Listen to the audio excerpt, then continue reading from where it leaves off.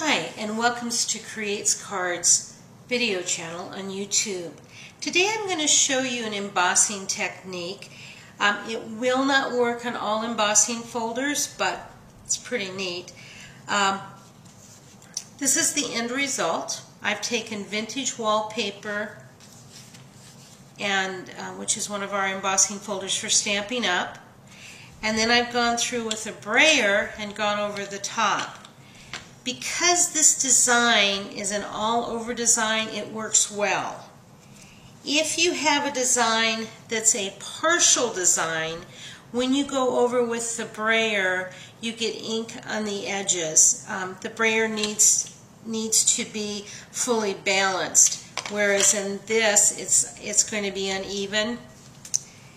And then I also tried it with our polka dot die.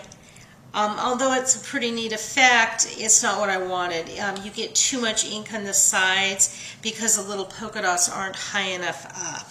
So definitely try it on your embossing folder to see whether or not you like it, that look. Vintage wallpaper works great. So that's the embossing folder I'm going to work with tonight to show you. What you do is you go ahead and you emboss a piece of Whisper White cardstock or Very Vanilla, either one would work. In fact, probably any light colored cardstock would be fine. We're going to take our Stampin' Up brayer. When you ink a brayer, always go in the same direction. So I'm pulling back towards me, lifting up, pulling back towards me, lifting up, pulling back, lifting up, until I have very good coverage. You don't need to put a lot of pressure on this. If you do put a lot of pressure, you'll cause your ink pad to get a curve to it. Makes stamping a little difficult with the rubber stamps. Okay, with the brayer, you always start off of the cardstock. So I'm going to start here, and I'm just going to roll across. Then I'm going to come back, and I'm going to roll across again. I'm going to re-ink. And again, because I have an all-over design that's pretty dense, pretty in-depth, this is working well. I'm now going to go the opposite direction because I want a little more intensity on the color. Okay, looks pretty good. I have one area here I'd like a little more ink on.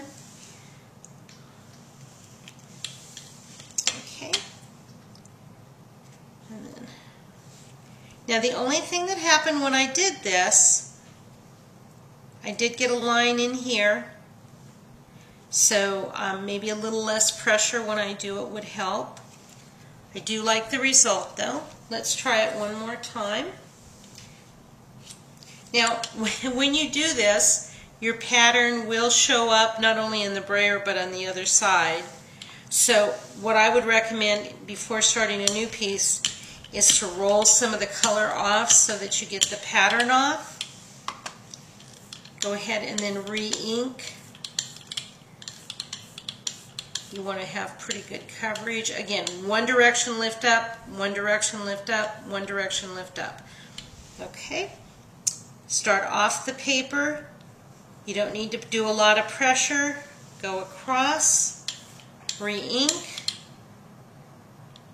Go across, re-ink, and then I'm going to do the opposite direction, starting off the paper, going across. I applied a little bit too much pressure here, so I did pick up a little bit of a line, and again there.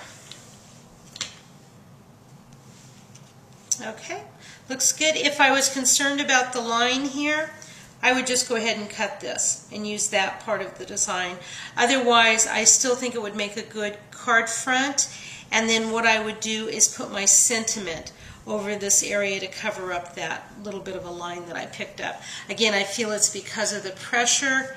The other ones, I didn't get that line. So it's just a matter of a little bit of trial and error. Now, when you go to clean your brayer, definitely recommend that you roll off the excess ink. Then I would spritz it with the stamping mist and then on your Stampin' Scrub, roll it, and again, rolling in the same direction, lifting up, rolling it, and then spraying a little bit more. There can be some discoloring because of the ink. Once it's dry, it won't matter.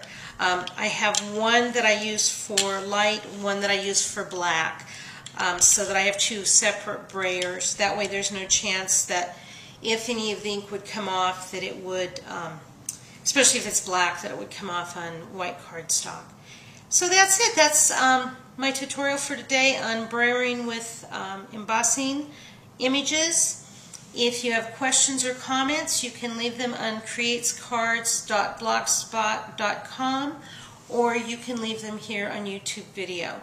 I appreciate you watching, and if you need any Stampin' Up! Products, please go to my blog, and there's a link there to my Stampin' Up! Website.